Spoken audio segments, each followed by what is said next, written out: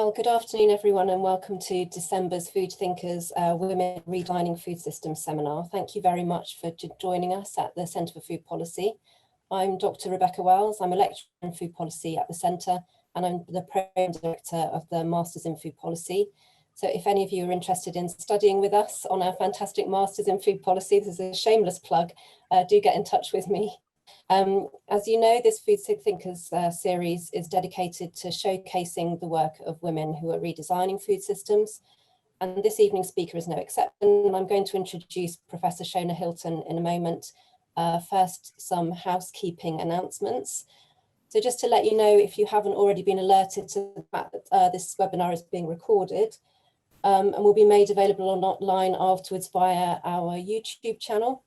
If you'd like to sign up to our mailing list, please do type your name and email address in the chat function and send it to the panelists, and this way it won't be made public.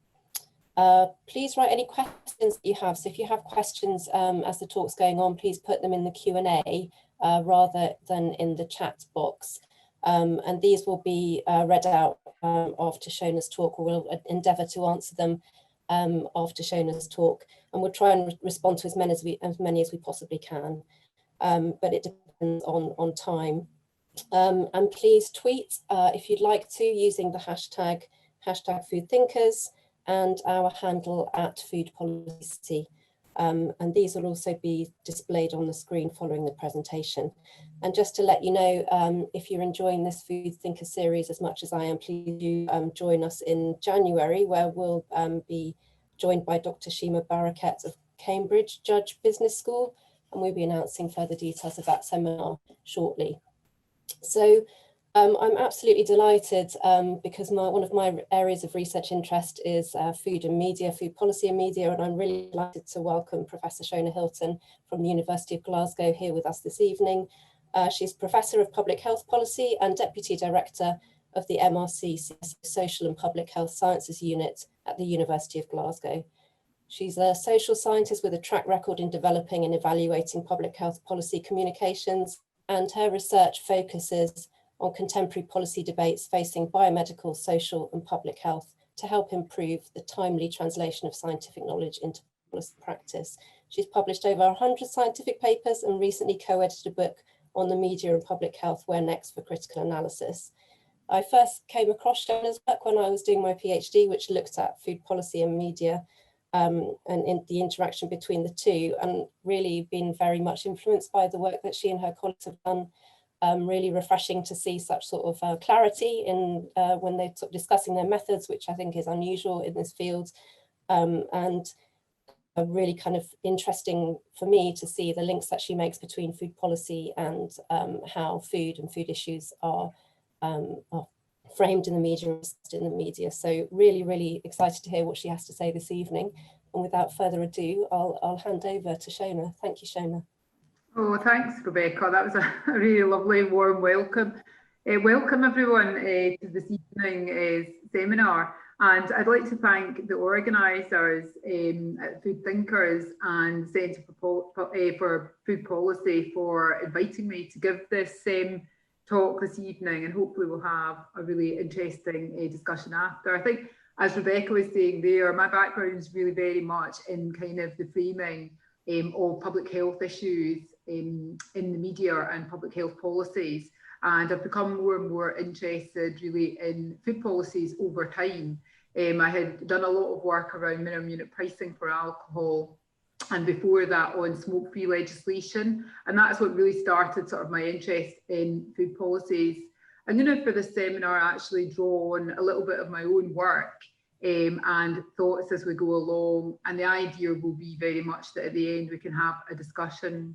I was saying to all the organisers at the beginning, depending on the kind of numbers, I'm quite happy for that discussion to be quite interactive.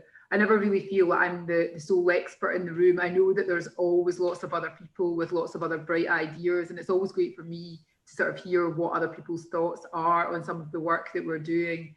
I'm going to talk a little bit about some of the methods of some novel work that we're doing around discourse network analysis that's based on some papers that we've been writing recently.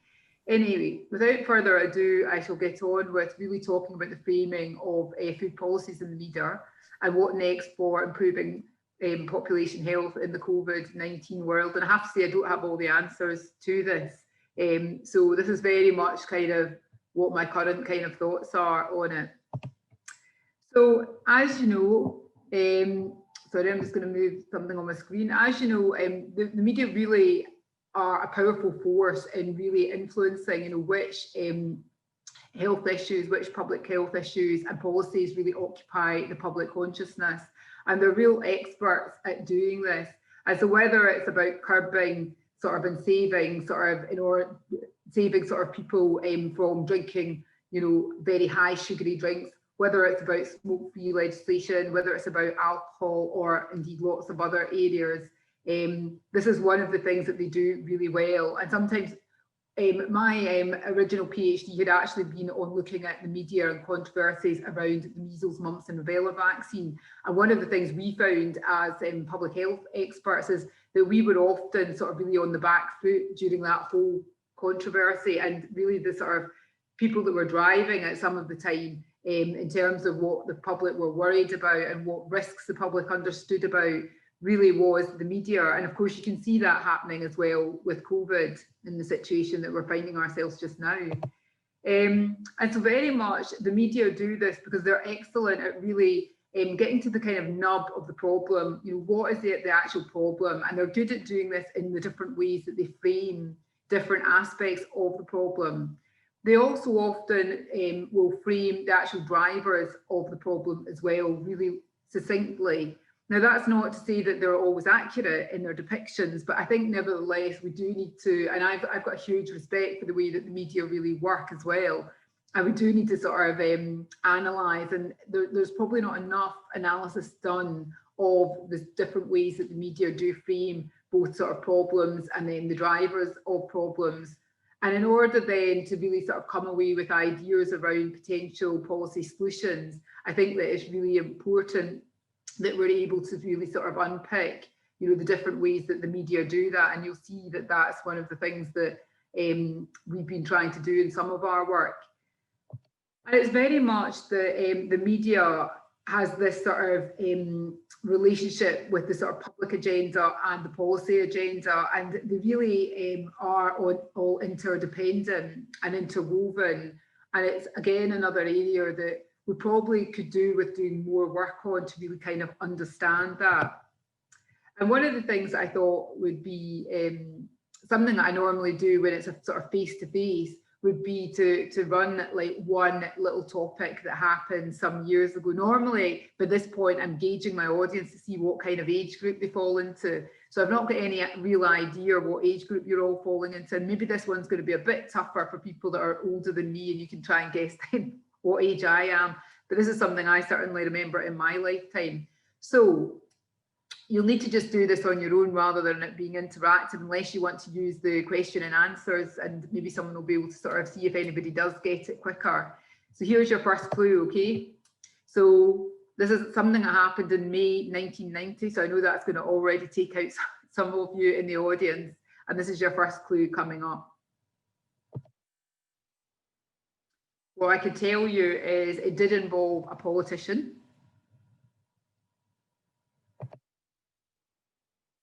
And it involved a politician's daughter, as you can see. You can probably all just about make out as well that it looks like it might include something around food as well. Oh, that looks like somebody's come into the chat. I don't know whether somebody's already got it. So mad cow disease, of course, is what this was. So this was, you can recognise probably that this is John Gummer, the then Minister of Agriculture and Fisheries and Food. And the government, had repeatedly claimed that really there was no link between beef and CJD. And of course, what happened was he was told by his, these are the days before spin doctors really got a hold, and that you needed to be really media savvy. And one of the ways that it was suggested that he would be able to reassure the British public was if he had his daughter Cornelia eat a burger with him in order to reassure everyone that British beef would be safe. They were very worried about British beef at that time the sort of food chain and the fact that actually quite a lot of our beef gets exported. Within a very short period of time, really, within 6 years, we then had this is, I should say, a Conservative government. Both of these ministers were in the Conservative government at that time. So within 6 years, we then had the Health Secretary, Stephen Dorrell, who needed to announce to Parliament really that there was probably a link between BSE and a variant form of CJD.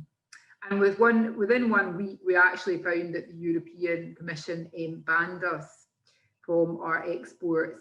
And these are the kinds of things that I think were particularly interesting to me when I was starting to do my work around the measles, mumps and rubella vaccine, because what you start to see is that there are key voices in debates that can really actually influence massively the way that the media portray things. And we've seen that, haven't we, just in the last sort of 9 months with COVID. We've seen Boris Johnson, we've seen Dominic Cummings, we've seen some quite high profile people making various announcements. And one of the things that we're interested in doing down the line is actually looking at the different ways that politicians have actually framed different risks to us. That's probably for a different project and we can maybe chat about it after. But there are kind of multiple entry points for the media really to focus upon within the sphere of food policy more generally, and particularly with COVID-19.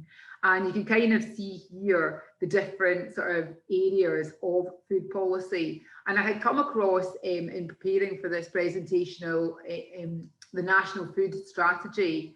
And one of the things that was quite interesting about it was when I was reading very briefly the strategy, that's in 2 parts, but the first part was the part that I was reading. And they were talking about the fact that since COVID, our food system has really endured, one of its biggest stresses since the Second World War.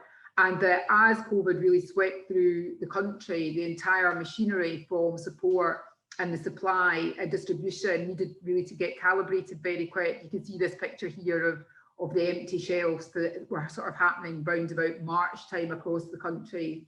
And so they had this kind of wobbly start at the beginning. But what you kind of found was very quickly, there was a sort of testament to the flexibility and the resilience of that system. And that although there's been all these areas that are linked to the food policy area, for example, the hospitality sector, and we've seen that they've been one of the sectors that's been the greatest hit economically. What we have seen is actually we haven't seen any problems in the food system in the actual chain from supply to demand. That is until you start to think about the fact that we're moving into a period where, sorry, this is all a bit bleak, but we're moving into a period where we're now going to have the aftermath of the COVID and the policies that we've really sort of been bringing in around sort of social distance isolation and actually people being furloughed. And then what you start to sort of see is that there's going to be this potential wave of unemployment, and that's likely to really increase food insecurity and hunger at a time when many people are going to be, in Western worlds. I mean, you can see here an article that was written around food security in Africa, but we're going to be seeing that across the country. And it's interesting, I live in the city centre of Glasgow, and every night I go a walk as my sort of as my little bit of exercise. And it's been interesting to me to see in the city centre at George Square that every night there is food banks setting up, and I'm really interested in the people that are standing in those queues are not the people that traditionally I would have thought would be needing handouts of food. So it's such a serious situation really that we're in. Now, I know that largely the food policies that I'm going to be talking to are much more, are not really COVID linked actually, but I'm trying to sort of see where there may be some links. And one of the other kind of areas just generally is the links with sort of disadvantage and people being disadvantaged. And whether that's because people, there's a lot of links with particular aspects of the impact that COVID has and obesity has been one of the areas that really has captured a lot of media attention. But also more broadly, there's not just the obesity that the Public Health England sort of brought out a report that they were talking about obesity and the fact that, if you've got a BMI 35 to 40, it could increase your chance of dying from COVID by about 40%. And people with a greater BMI of 40 could actually increase their risk by 90%. And I think there's been quite a lot of media coverage actually on that particular aspect of links with food. And worldwide, we know that 66 million people have now been infected with COVID and over 1.5 million have died. And that a lot of these deaths are because of what we hear in the media of underlying health issues. And these are the kind of non-communicable diseases that are largely sort of linked. And I've been interested for a long time in non-communicable diseases. And I have to say that it's one of the biggest challenges that we have ahead of us, and there's no real simple policy fix. In fact, actually what you kind of need is multiple measures coming in, as we'll move on to talk about. And that whilst there's a lot of great media coverage of issues, there is a tendency towards, and we've written a couple of papers, particularly around obesity and policies, and there is a tendency towards oversimplification, and the sort of like, although they are really quite complex issues often, and you'll have all seen the obesity map that sort of shows what the complexity is, much of the current sort of public discourse really does centre on, if you eat less and you move more kind of mantra, and places the blame really still very much on the individual rather than on the wider social determinants of health. And I'm particularly interested, as you will see, on the stakeholders, and particularly the commercial stakeholders that I think are part of the reason that we're seeing this big increase over the years in non-communicable diseases. And I think one of the kind of lessons, I guess, from COVID will be the need to really sort of address them, and to sort of really think harder about what we do with the commercial interest in policy making. And this is a slide that I've used, for the last few years, really. And for the first time in history, death and disease and disability for non-communicable diseases have really overtaken the rates of communicable infectious diseases. And in 2018, NCDs actually accounted for 71% of global deaths. Obviously, in this last year, there will be some slight changes, but I still expect that NCDs are one of our greatest public health issues that we currently face. And as I said, in relation to the need to really think about the impact of COVID, I think that it's fair to say that the impact will be greatest on those with actually that are already having the greatest health inequalities, people with the least power, people with the least income and wealth. And I think that that's one of the kind of, I think at the beginning there was quite a lot of media conversation about COVID was going to be some great leveller. And in actual fact, most of the presentations that I've seen, it's not a leveller. If anything, it's actually going to make that gap bigger than ever before. Probably most of you don't know Glasgow, but this was quite a nice piece of work that was done by Jerry McCartney. And what he was able to show from this, just using a picture really of Glasgow Underground, was sort of around life chances. And what you can see here is a man born in Bridgeton. So if you look at the green line there moving in the underground, so if you were born in Bridgeton, which is one of the more deprived areas in Glasgow, you would actually expect to live 14 years less than your counterpart in Jordan Hill. So if you go along that green line, you can see that Jordan Hill is on the other end of the track. And that's one of the more affluent areas in Glasgow. And actually the gap between women is also similar. I mean, it's 12 years that you could see as a difference. And if you think about, you know, COVID within this kind of context, you can start to really see that, you know, it is likely to have the greatest impact on those populations in Bridgeton than it is in Jordan Hill. And then it sort of makes me sort of move towards thinking about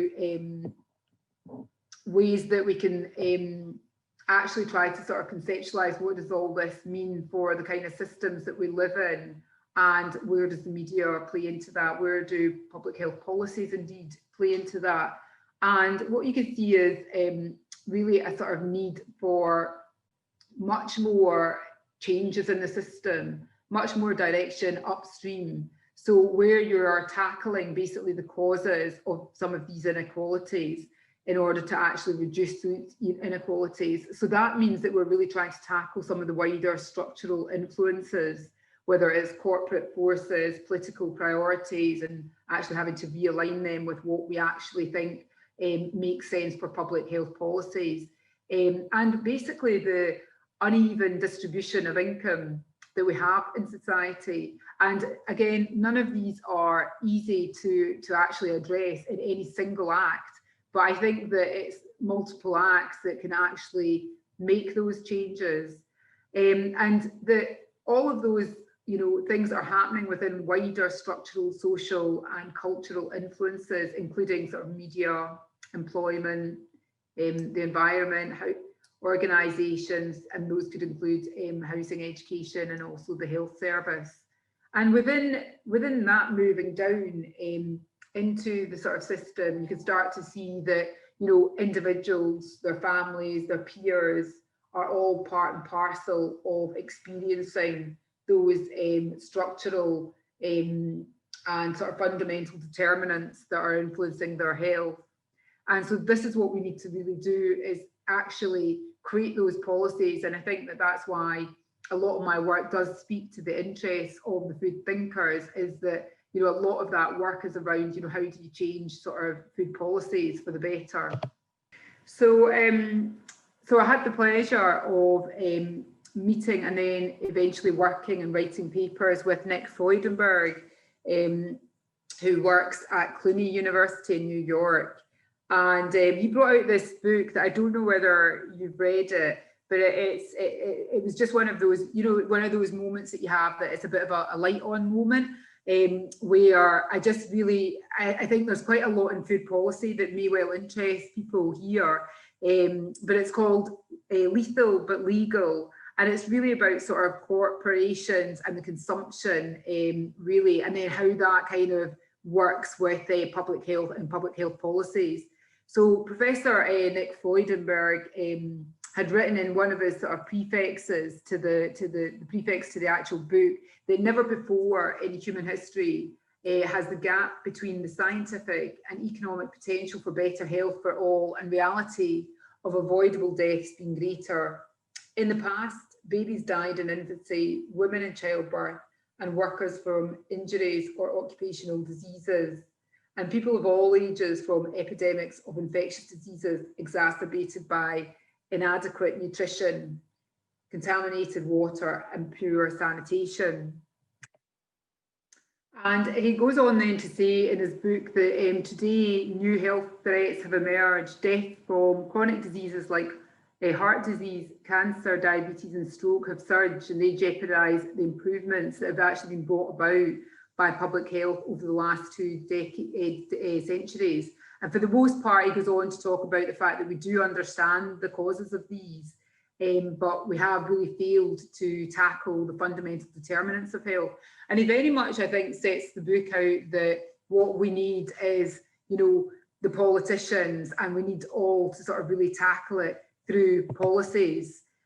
And I mean, he's not the only one. There's a whole raft of different people that have been writing in this area, and many of you, of course, will know these people in person. The NCDs have been described as industrial epidemics, driven at least in part by corporations and their allies who promote a product that is also a disease agent.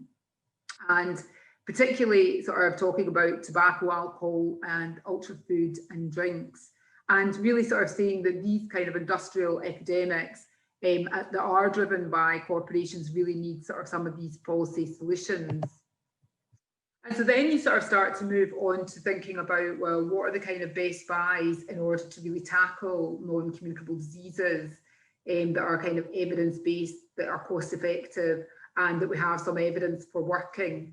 And we know that pricing policies are one of those areas that are seen as best buys in order to actually reduce, tobacco use, reduce alcohol use, and actually promote healthier diets.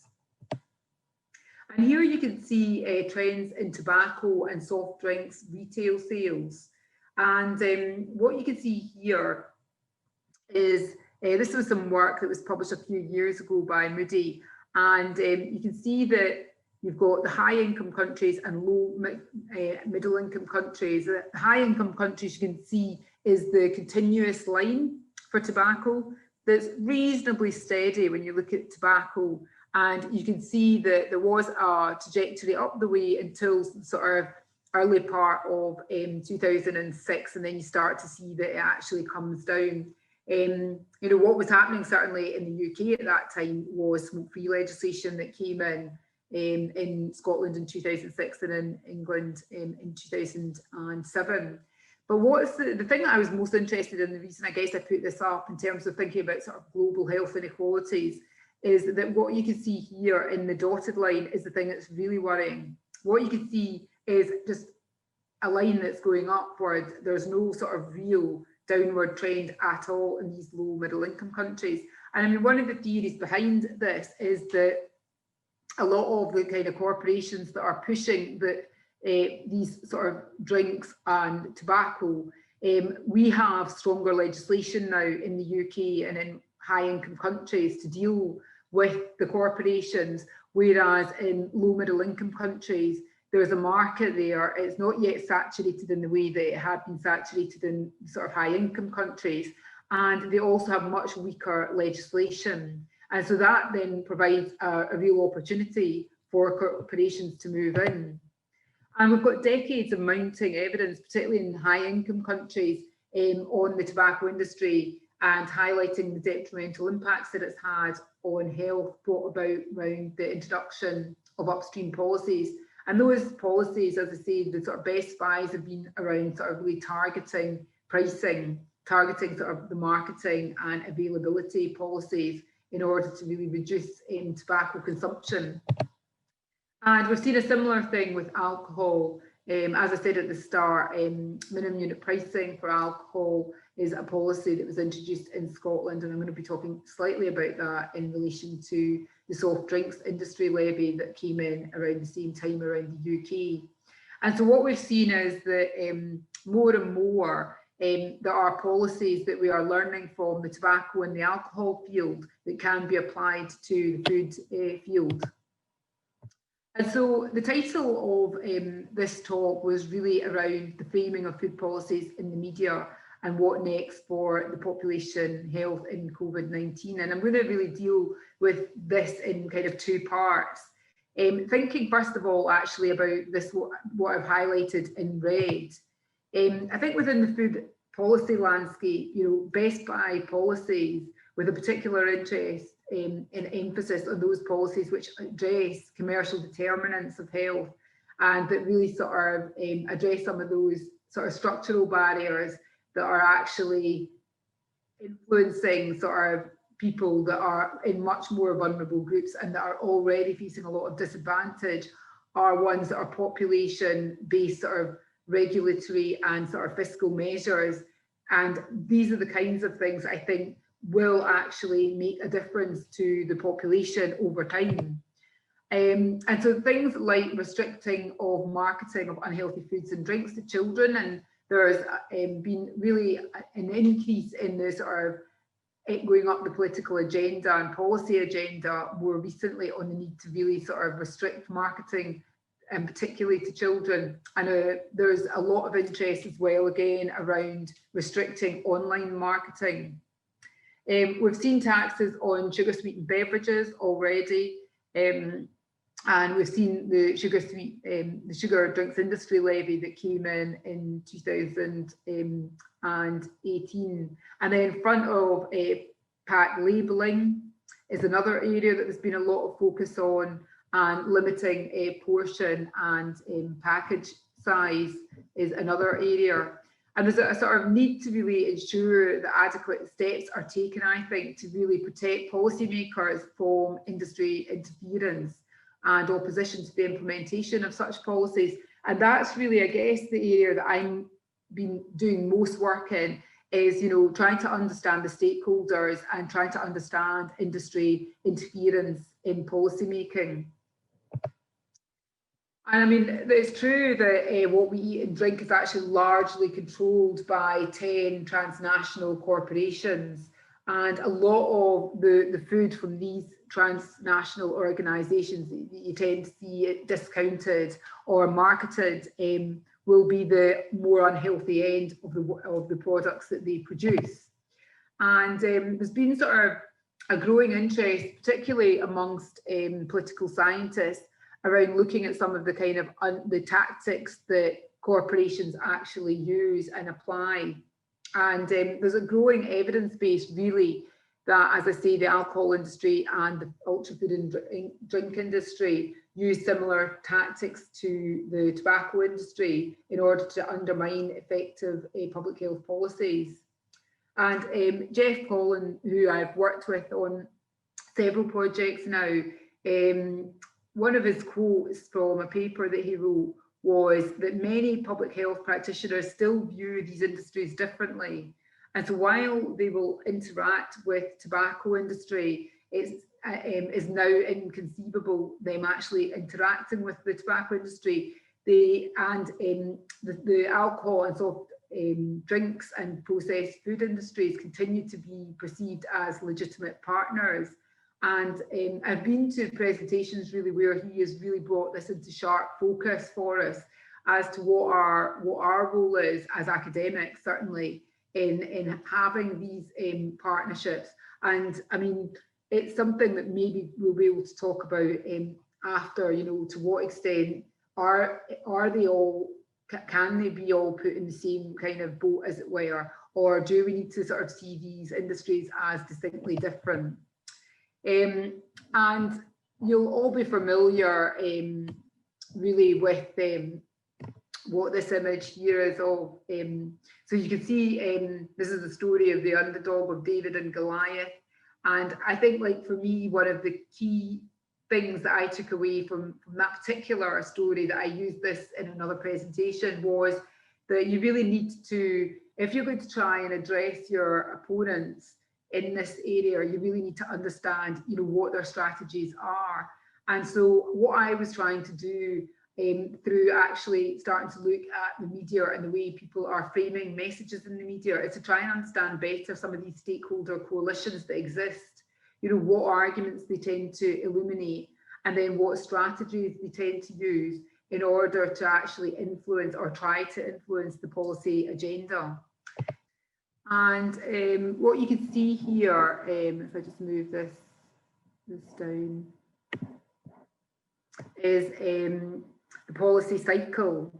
And this policy cycle, you can see that it is influenced by a range of different stakeholders, and many of those stakeholders have interests that really are running, you know, counter to our interests in public health. Anyway, so the sort of background really to this was that we had been writing a paper with Kat Smith, who at that point was at Edinburgh University, and we were really interested in having a better understanding of sort of networks and how you elicit, you know, different industries, common interests and strategies that are used.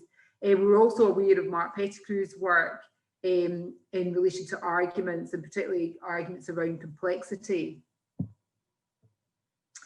And this all sort of came together at a point that we had met up with really sort of Nick Freudenberg and Laurie Dorfman and various other experts in this area. And we decided that we would try to sort of understand media's role and why media representations actually matter for public health policy, which is kind of quite well aligned really with the topic here that we're covering. And it was clear that the lack of research examining media strategies used by corporation sector was an important part. And one of the other things that you can't maybe see there is that we felt that it was important to actually think about new methodologies. It was clear from our scoping review that actually there wasn't a huge number of different studies that had been done, and of the studies that had been done in this area, they hadn't really sort of looked at actually what the relationships were between stakeholders often. So this is where we start to sort of look at the first part of the title and look at the sort of framing of food policies in the media, and particularly, you know, who the different stakeholders are and how they form arguments. So for this, what we wanted to do was actually look at something we already had a good sort of knowledge in, and minimum unit pricing was that. We knew that minimum unit pricing, you know, was something similar to another policy that had just come along, which was the soft drinks industry levy. And what we decided we would do would be to try and compare the two. They were both brought in 2018. They were both brought in to reduce harmful consumption, one obviously of alcohol and the other of sugar. They had quite different ways into the policy landscape, because the minimum unit pricing, as you'll probably recall, ended up in huge legal battles with the whisky industry, having made various claims about why we couldn't bring it in. And although it was initially debated in Scotland in 2009, it didn't actually come in really into regulation and legislation until 2018. Whereas the soft drinks industry levy, and there may well be people on this webinar who have much more experience of the way it actually came in, but really, you know, it came in really very quickly and with far less debate than we had for minimum unit pricing. A lot of the ideas that we started to think about how we could actually try to actually unpick who's saying what in the debate. Originally, a lot of our work was using a method called content analysis. And from that, we were able to get a really good understanding of what was being said. But the thing that it didn't really allow us always to do was to connect what was being said with who was saying it.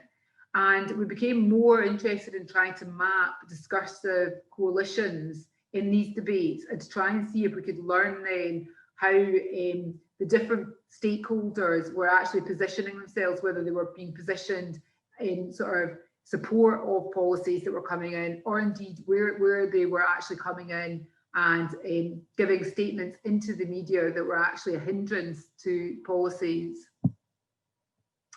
And underlying this was kind of ideas that we had started to work up a typology. And this typology is based on lots of different people's works, but it's around sort of the idea of different frames in the media, whether they're market justice frames or whether they were social justice frames. And what we were finding was we had done work on smoke-free legislation, we had done work on minimum unit pricing for alcohol, and we started to see a bit of a pattern emerge, which had helped us to sort of really formulate more of this typology. And what you found was corporations, stakeholders were much more likely to sort of promote its individual drivers. You know at the beginning I sort of said that, you know, one of the things the media do well is they will present the problem and they will present the drivers and they'll present solutions. Well, one of the things that we were interested in doing was really to sort of look at that in more detail. And we could see that, you know, the people that were stakeholders in the media were more likely to blame the individuals for the problem. They were more likely to focus on the fact that an unfettered marketplace is of value to society, more likely to frame NCDs in terms of unhealthy choices that people were making, rather than something that was happening at the kind of structural level or at the political level. More likely really to frame policies to NCDs as disproportionate, unwarranted and nanny statist.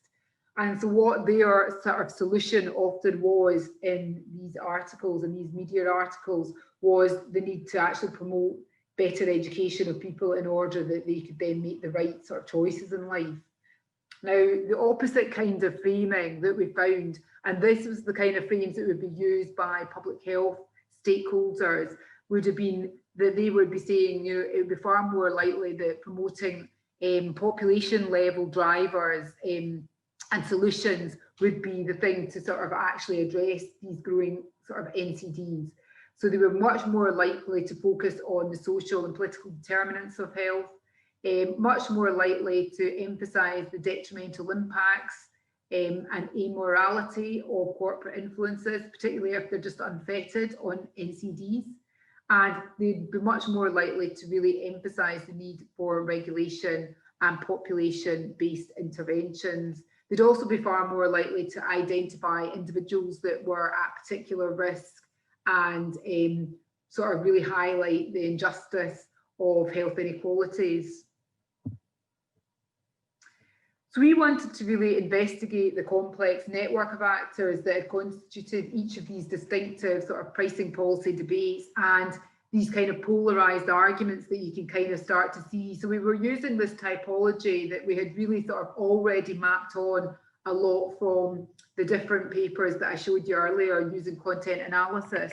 And then what we were able to do was actually use these papers. I'm going to try and, yeah, I didn't move anything now in case it stops working again. So I've got things that I don't know whether they're on the screen, including what you can see. But basically what we were trying to do was we had 11 UK newspapers that we had searched through a database called Nexus. And we had two particular time periods in the lead up to minimum unit pricing and SEIL coming in. And what we then were able to get was 351 articles around alcohol pricing and 511 articles around sugar and beverage taxation, as it was often referred to in the early days before it became the sugar drinks industry levy. This is quite a complicated next few slides. But discourse network analysis, if you've seen social network analysis, it's the idea behind it is that you're trying to make connections. What we're trying to do here is not make social connections. We're trying to make connections in the network between what people say based on what they're saying. So we're not, so basically what we need was actors. We needed to know who the people were that were making these comments in newspapers. We needed to know what their organisation was. We needed to know what they were saying. We call this a policy frame, but it could be called a policy argument. And then we needed to know whether they were agreeing with SDL or agreeing with minimum unit pricing and what they were saying, or whether they were disagreeing. And then from that, we had this relational data that we were able to import into Vison, which is a software visualization network software, which you'll be able to then see in a minute. And that enabled us to actually bring you these images that you're going to start seeing. So what you can see is that there were two very polarised coalitions. So you had the proponents and the opponents. And you can see here that you've got your soft drinks industry levy network and minimum unit pricing network. And you can see that in these networks, you had two different camps. You had your proponents camp, as I say, and you had your opponents camp. And that was true for both of these policy debates. And then if you look at it in more detail, what you can see is that there's these round blobs, we were calling them. And these round blobs are actually the different type of actors. So because we had the name and we had the organisation, we were able to create a typology of different actors, whether they were political actors, as you can see here in the orange, whether they were the brown actors, which, sorry, I do need to just move this and hope that it continues working, which were the manufacturers, or indeed whether it was the sort of charities, which you can see there in the purple. And you can see that there's grey lines going between them, and these are the ties where there was a lot of agreement or a lot of disagreement.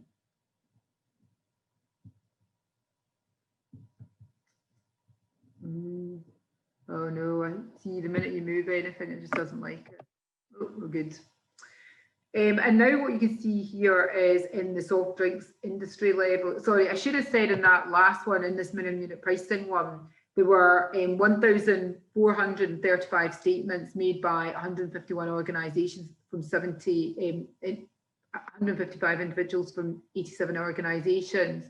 And the important thing is you can see that the two areas are just about touching. Whereas once you move into looking at the soft drinks industry levy, you can see that there's a lot more overlap in that middle area. And we think that a lot of that overlap is, as I was saying at the beginning, this is a policy that came in really quite quickly. And so there's quite a lot of the different actors that weren't too sure which side of the fence they sat on. And there was quite a lot of movement around being proponents versus opponents. And I think that that's one of the reasons that we see such a sort of close lot of ties in the middle.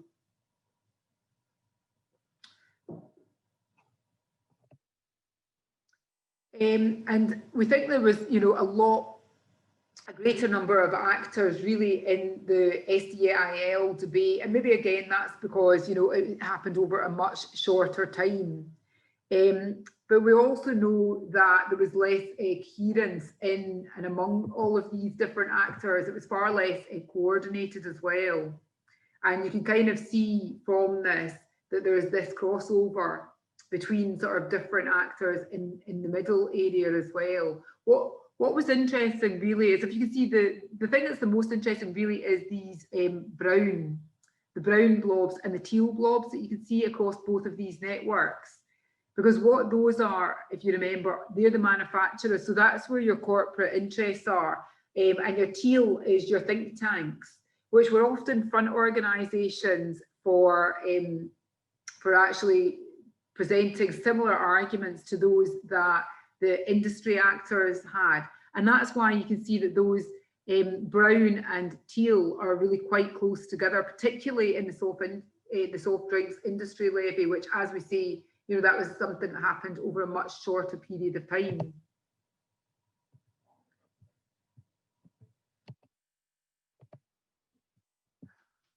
Sorry, it seems to have now stuck again. Okay, it's working again.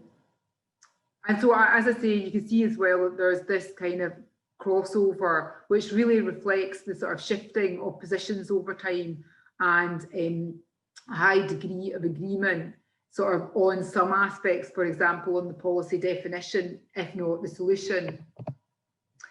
And this is the area that I was showing you there of the brown and the teal. And it's just really interesting because it makes you really, it's some of the first evidence that we really have of how closely aligned. You know, we've had quite a lot of people talk about the fact that there are strategies, that they are well aligned. And we had found that from content analysis work that we had done, but this is really the first visual that you see of just how closely aligned these are. But what was also interesting is the health charities and the government advisors. You can see that they're really closely linked on the proponents' side. And one of the things that we wanted to do was look to see whether there were whether there was anything common in both debates. So whether they were using the same kind of arguments and whether the same kind of people were there. So first of all, looking at the kind of people that were there, whilst on a lot of areas, you had the same people talking about different debates. So, you know, you can see here the political parties, that's not a surprise that they would talk about both minimum unit pricing and they'd be highly involved in talking about SDIL. But what was interesting really was the lack of university academics and charities that were doing that.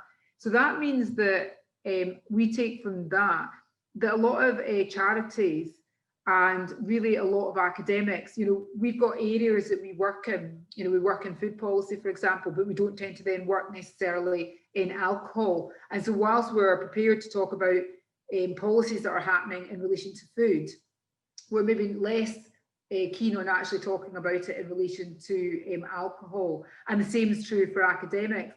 But then I guess one of the conclusions from that, if we take that that's a good interpretation of it, is does that mean, and again, another thing that we can talk about is, does that mean that people we're working too much in silos. You know, industry, we've already, if we accept that industry are using very similar tactics and they're using similar kinds of ways of actually discussing debates and actually presenting arguments, and they are sharing their book of tactics, is that something that we need to sort of be thinking more about? I think between all the kind of breaks that I've needed to have, I'm going to probably skip over these next few slides and try and sort of bring this to some conclusions. So I was asked really to sort of try and talk about, you know, the framing of food policies in the media, and I was trying to relate it to what's happening in our current everyday lives at the moment. And I think that our research that we've been doing more recently does add weight to the growing evidence, really, body of evidence, that discursive and financial connections exist between the producers of unhealthy commodities and the direct lobbying of policymakers via the public, via the media to the public, to frame pricing policies in line with their market interests is definitely happening. That they very much share across industry playbook of arguments in order to sort of undermine effective pricing policies, and that they're very good at aligning their messages via front organisations and think tanks. And, you know, I'm always one to try and learn from the way other people are doing things. So, you know, are there some things that we can learn from industry? So I think a key recommendation would be that there's obviously an opportunity for stakeholders in the proponent camps, whether it's sort of academics and whether it's the charities, to really try and coordinate and maybe harmonise some of these arguments, particularly these arguments here where we're talking about pricing arguments across the different policy areas, so that they can start to as well expose their opponents' tactics and really increase public awareness and scrutiny. And I think as we move into this kind of COVID period where we're going to have to be thinking more about our resources, you know, there could be some implications for us sharing more. Sorry it took a little bit longer than was planned, but thanks for bearing with us.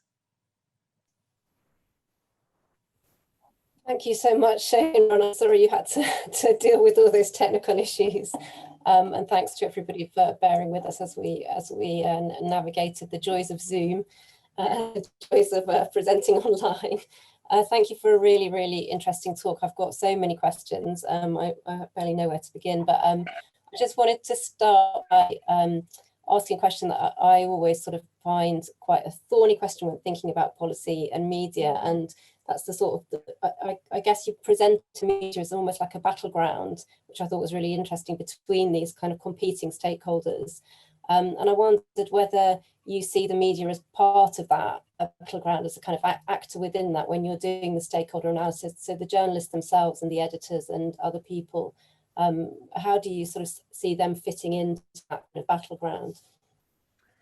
Yeah, that's a really good question. And, you know, it's something we've been kind of interested in my team doing more work on the media communicators, the different journalists, because we know that, you know, they've had huge cuts. I mean, there's been a huge amount of sort of change, particularly around newspapers, for example. And, you know, before you would have had many more health correspondents and people that were really understood the science. And I think, like, it's one of these things that, you know, we need the media. The media are one of our key sources for where we go for information. I mean, you think about COVID, it's probably one of the first places that we go, whether it's social media, whether it's news media.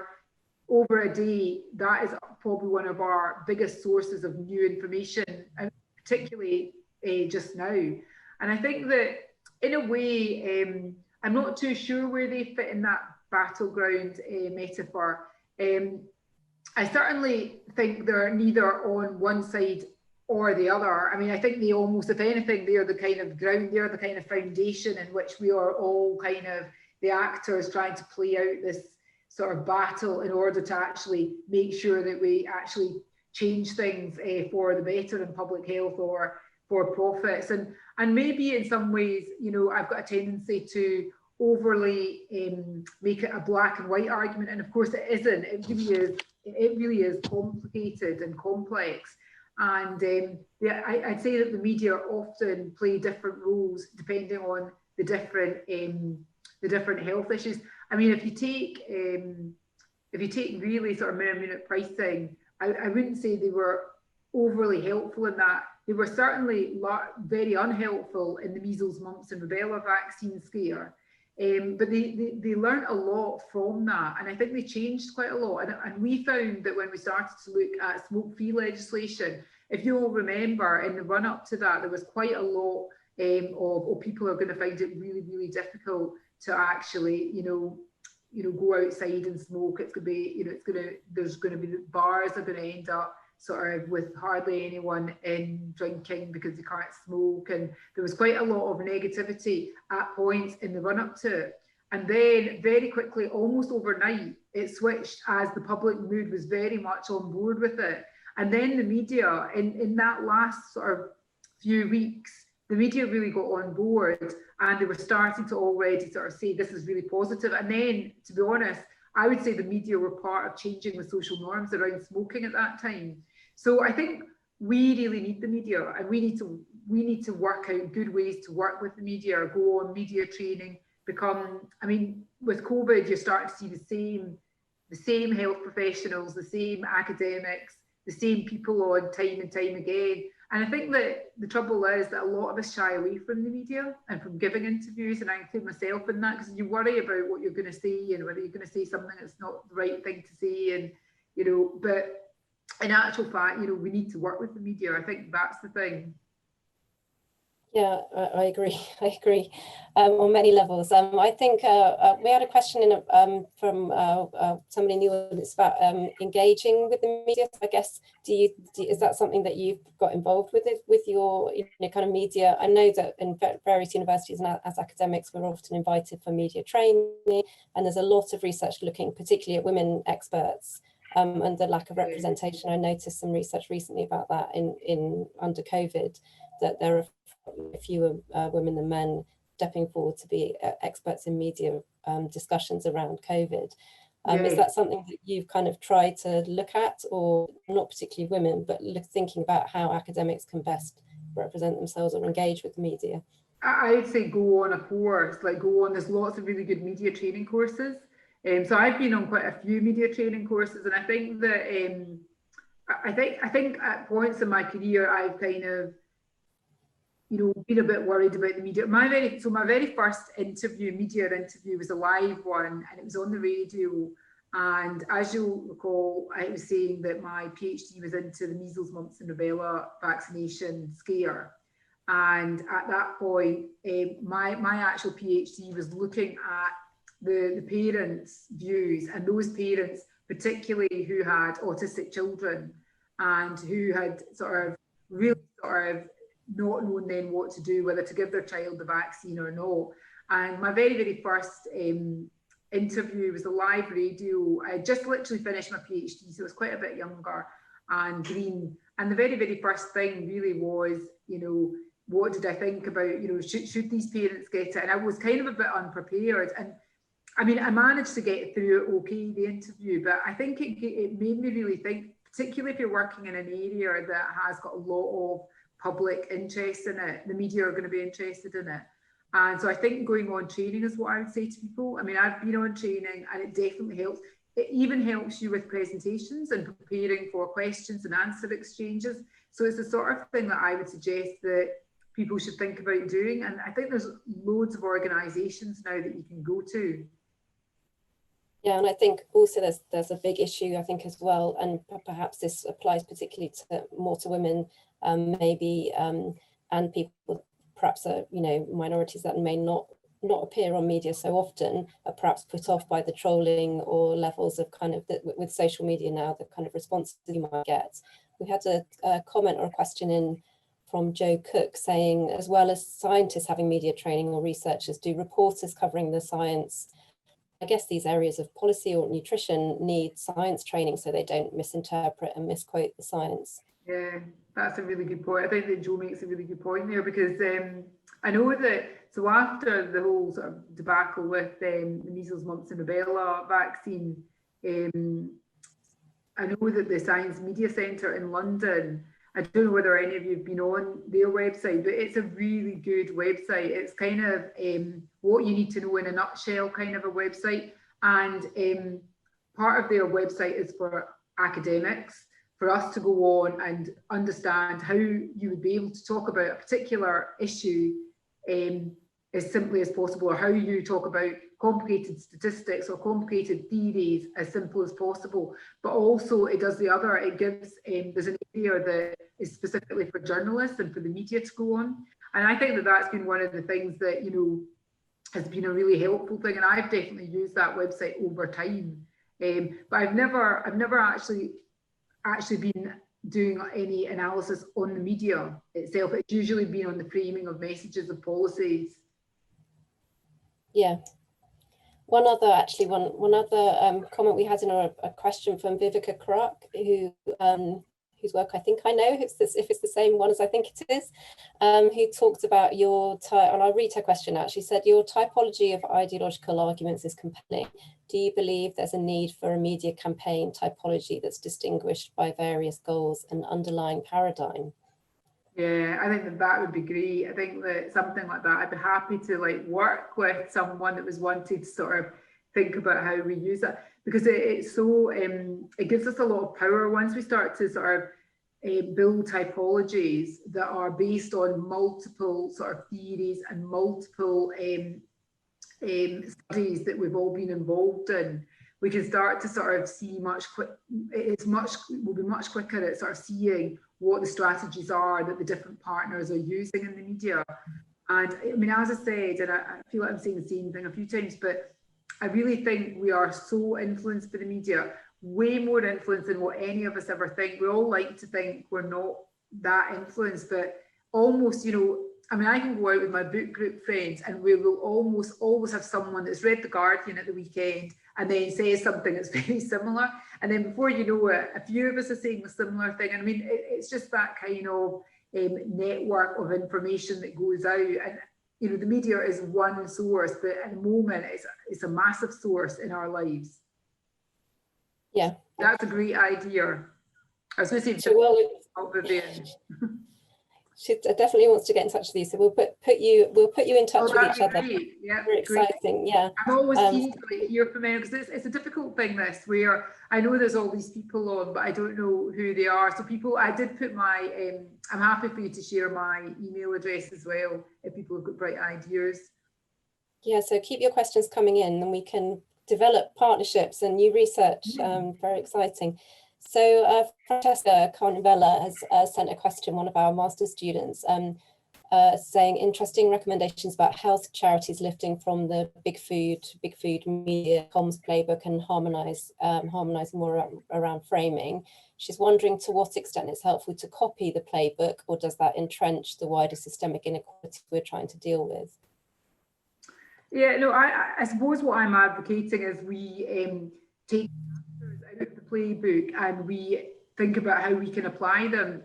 So when I was giving this presentation on this paper, the very first time I was giving it, there was a lot of charity sectors there, from Cancer Research UK to ASH Scotland. We had Alcohol Focus Scotland. This was a presentation I was obviously giving in Scotland, and we had lots of our partners there. And the take-home message that they took from that was they were quite surprised that. And then when they sort of thought about it, they were thinking, well, right enough, we don't really work across, we don't really share our tactics. I mean, I'm the chairperson for the Obesity Alliance in Scotland, and what we find is, you know, we're very focused on, we are sharing some areas, but when it comes to the media, and the media is one of your best outlets, one of your best areas for getting something out there into the public domain. It's probably, you know, people are doing tweets and things from their organisations, but actually one of the ways to get it out is to work with multiple other charities to all together say, you know, this is what, you know, we are supporting, for example, minimum unit pricing, or we are supporting. I mean, there are problems for a lot of charities, because a lot of charities are based on that they have a particular focus. But I think that maybe more and more, if they want to really sort of think about how do we tackle some of the corporate influences that are actually causing the NCDs that the charities are there for, to tackle, then I think they need to kind of probably look more upstream at what they can do too. Yeah, I mean, I think it's really, one of the things that's really interesting is when you see the budgets for some of the big food, their marketing and their ability to harness the power of the media. And public health, as we know, is always strapped for cash. And so, you know, how can they possibly compete if you're pitting those two against each other? Or do they really, they can't afford those marketing budgets. So, you know, how would they get over that, I guess, is the question. Yeah. Well, funny you said that, because that's exactly when I came across this image of David and Goliath. It was actually one that I was trying to sort of think of how to sort of give a nice sort of overview for my inaugural lecture. And that was exactly the point, is that, you know, we are the wee guys here, you know, we are David. We have to think cleverly about what we have, what resources we have. I mean, it's obviously not a slingshot that we use, but, you know, we need to think very cleverly, because these guys have got way bigger budgets than any of us. And yet, whilst they've got way bigger budgets, they are still sharing their resources, they're sharing their intelligence between themselves as well. And that means that that makes it quite a challenge really for us to sort of think about how we do that better. Yeah, there's another comment here about industry trade media that I think is really interesting. I don't know if that's something you've ever looked at. So industry trade media reporting on what various industry actors are doing. So a media channel that reports on industry commitments and activities, and not necessarily reported in traditional media or published in peer review articles. And that's not something you sort of see very much, something one of our master students actually has looked at this year in a dissertation. I guess it's not something that I've seen particularly sort of industry trade media. Yeah, there are so the person that or a few people, people like Mark Pettigrew at London School of Hygiene and Tropical Medicine, and then Nathan Manny, Manny, so M-A-N-N-I.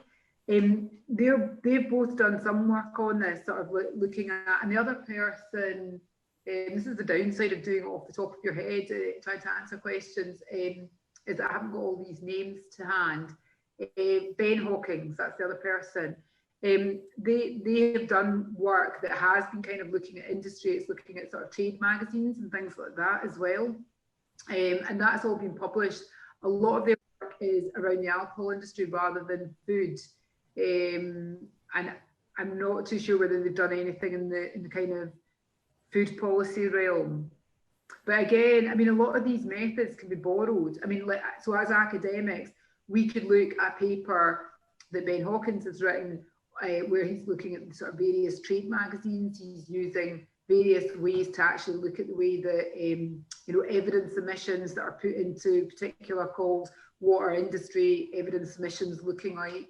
Those are the kinds of things that you could sort of basically do something very similar on the food industry. And I've had one of my PhD students actually look at the CAP consultation on children and marketing, and we actually did an analysis of all the different evidence that was put into that call. So there are things like that that you can do that are really innovative, and if there are PhD students that are just now in this webinar, you know, there's some really quite nice papers that would give you ideas of how you could do that.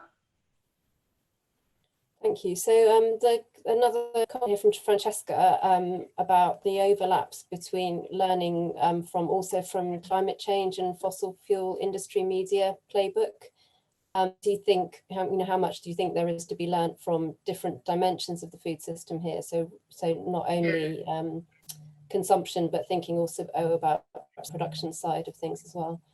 Yeah, no, absolutely. I think so. I think Francesca's right, and actually, I would say to you again that Nick Freudenberg's book is great for that, because actually that's exactly what that book does. Is it brings together areas not just within the food system, but areas within broader kind of issues that are going on. And he talks about the car manufacturing and the fossil fuel industry as well, and the fact that the playbook that's shared is shared across multiple industries, and therefore that's one of the things that we need to address more. Of course, the more we try to do that, the more complicated it becomes as well.